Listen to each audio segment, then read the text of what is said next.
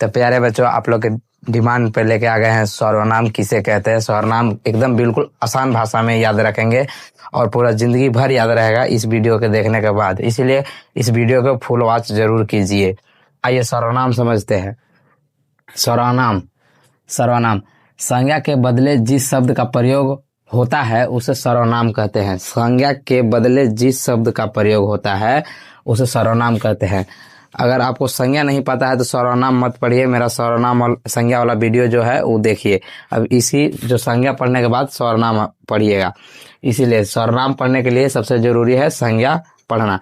तो आइए जो संज्ञा पढ़ लिए हैं उनको ध्यान से देखिए। संज्ञा के बदले जिस शब्द का प्रयोग होता है उसे सर्वनाम कहते हैं।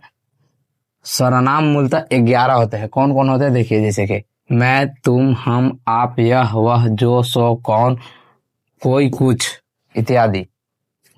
अब सर्वनाम जानेंगे, सर्वनाम के भेद जानेंगे। सर्वनाम के भेद क्या होता है? सर्वनाम के 6 भेद होते हैं। पुरुषवाचक सर्वनाम, निश्चयवाचक सर्वनाम, अनिश्चयवाचक सर्वनाम, संबंधवाचक सर्वनाम, निजवाचक सर्वनाम, प्रश्नवाचक सर्वनाम। अब जानेंगे कि पुरुषवाचक सर्वनाम किसे कहते हैं। जिस सर्वनाम से बोलने वाले, सुनने वाले तथा जिसके बारे में कहा जाए उसे हम लोग पुरुषवाचक सर्वनाम कहेंगे। जैसे कि मैं बोल रहा हूँ, हम लोग ढेर में नहीं आ जाएंगे टीचर लोग, तो हम बोल रहे हो जाएंगे। मैं बोल रहा हूँ, हम बोल रहे हैं, ये हो जाएगा। आप सुन रहे हैं, तुम या आप सुन रहे हैं और उसके बारे में बात हो रही है, यानी सर्वनाम के बारे में, तो वह हो जाएगा। वह सुन, उसके बारे में बात हो रही है तो वह, समझिए। अब जानिए निश्चयवाचक। निश्चयवाचक सर्वनाम जिस सर्वनाम से किसी निश्चित व्यक्ति या वस्तु का बोध हो उसे निश्चयवाचक सर्वनाम कहेंगे। निश्चित व्यक्ति के, जैसे कि हमने बोला यह कलम है, यह मार्कर है, यह मार्कर है, हमने निश्चित किया।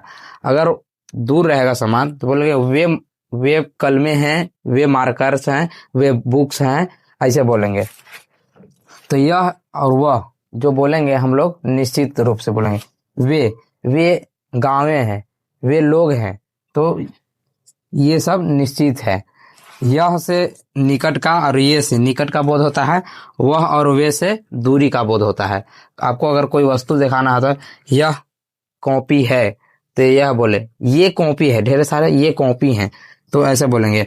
वह पेड़ है, मतलब वह एक पेड़ है। वे पेड़ हैं, यानी ढेर सारा पेड़ है। याद रखिए, बिल्कुल आसान भाषा में समझा दे रहे हैं। और आप समझेंगे अनिश्चयवाचक सर्वनाम।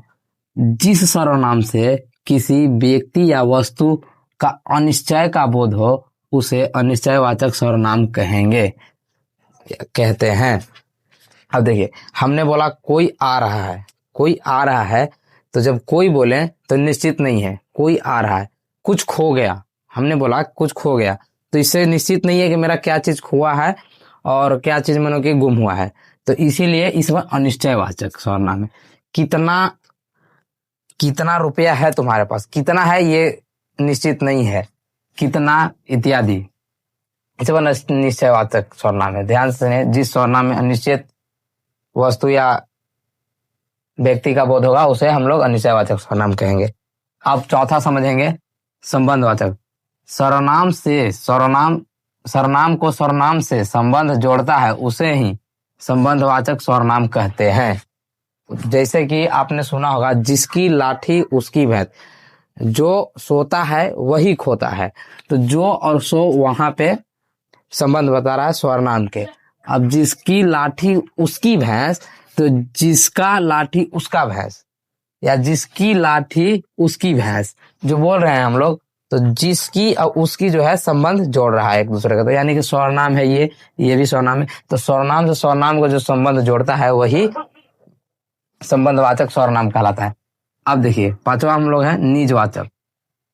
आप निजवाचक सर्वनाम है, इससे खुद यानी कि स्वयं का बोध होता है। अब मैं बोल रहा हूं, मैं आप ही चला जाऊंगा, मैं आप ही खा लूंगा। आपके अगर कोई खाने के लिए दिया है तो आप बोलिएगा मैं आप ही खा लूंगा। आपको कोई खिला रहा है तो बोलिएगा मैं आप ही खा लूंगा। तो मैं आप जो बोल रहा हूँ, मैं आप जो बोल रहे हैं हम लोग, तो ये आप स्वयं के लिए है, यानी कि खुद के लिए प्रयोग हो रहा है, तो ये निजवाचक हो गया। खुद के बारे में जब बात कीजिएगा तो निजवाचक में हो जाएगा। अब छठा है और लास्ट है प्रश्नवाचक सर्वनाम। जिस सर्वनाम से प्रश्न का बोध हो उसे प्रश्नवाचक सर्वनाम कहते हैं। उदाहरण के लिए, तुम्हारा नाम क्या है, हम क्या पूछ रहे हैं, तुम्हारा नाम क्या है, प्रश्न पूछ रहे हैं। क्या पूछ रहे हैं, प्रश्न। तो आप कमेंट में बताइए आपका नाम क्या है। कौन पढ़ रहा है, कौन पढ़ रहा है, आपसे हम क्या पूछे, प्रश्न पूछे। कौन पढ़ रहा है, प्रश्न पूछे। तो ये बताइए कमेंट में कौन पढ़ा, और आप कमेंट में जरूर बताएं कि आप वीडियो कहाँ तक पहुंचा। फिर से एक बार समझ लीजिए, शॉर्ट में समझ लीजिए। देखिए सर्वनाम किसे कहते हैं, तो संज्ञा के बदले जिस शब्द का प्रयोग होता है उसे सर्वनाम कहते हैं। सर्वनाम 11 गो है, मैं, तुम, हम, आप, यह, वह, जो, सो, कौन, कोई, कुछ इत्यादि। 11 गो है, इत्यादि नहीं लगाएंगे। अब देखिए सर्वनाम के भेद कौन है, पुरुषवाचक सर्वनाम, निश्चयवाचक सर्वनाम, अनिश्चयवाचक सर्वनाम, संबंधवाचक सर्वनाम, निजवाचक सर्वनाम, प्रश्नवाचक सर्वनाम। तो हम लोग पुरुषवाचक सर्वनाम का क्या समझे, जिस सर्वनाम से बोलने वाले, सुनने वाले तथा जिसके बारे में कहा जाए उसे हम लोग पुरुषवाचक सर्वनाम कहेंगे। जैसे कि मैं, तुम, हम, आप, वह, ये सब बोल रहे हैं और सुन रहे हैं। निजवाचक में क्या समझे, जिस सर्वनाम से किसी निश्चित व्यक्ति या वस्तु के बोध होता है उसे निश्चयवाचक सर्वनाम कहेंगे। जैसे कि यह, वह, ये, वे इत्यादि। अनिश्चयवाचक सर्वनाम, जिस सर्वनाम से किसी व्यक्ति या वस्तु का अनिश्चय का बोध हो उसे अनिश्चयवाचक सर्वनाम कहेंगे। जैसे कि कोई, कुछ, कितना इत्यादि। थोड़ा बहुत इसमें आ जाएगा। और संबंधवाचक में सर्वनाम से सर्वनाम को संबंध जोड़ता है उसे हम लोग संबंधवाचक सर्वनाम कहते हैं। जैसे जो, सो, जिसकी, उसकी इत्यादि। अब निजवाचक में हम लोग जाने कि आप जो है निजवाचक सर्वनाम है, इसमें खुद का या स्वयं का बोध होता है। इसमें जैसे कि मैं आप ही चला जाऊंगा, मैं आप ही खा लूंगा, मैं आप ही सो जाऊंगा इत्यादि। और लास्ट और आसान, सबसे आसान यही है प्रश्नवाचक। जैसे आप जिस सर्वनाम से प्रश्न का बोध होता है उसे हम लोग प्रश्नवाचक सर्वनाम कहते हैं। जैसे कि मैंने पूछा कि तुम्हारा नाम क्या है, कमेंट में जरूर बताइएगा तुम्हारा नाम क्या है, जहां तक वीडियो गई है जरूर बताइए।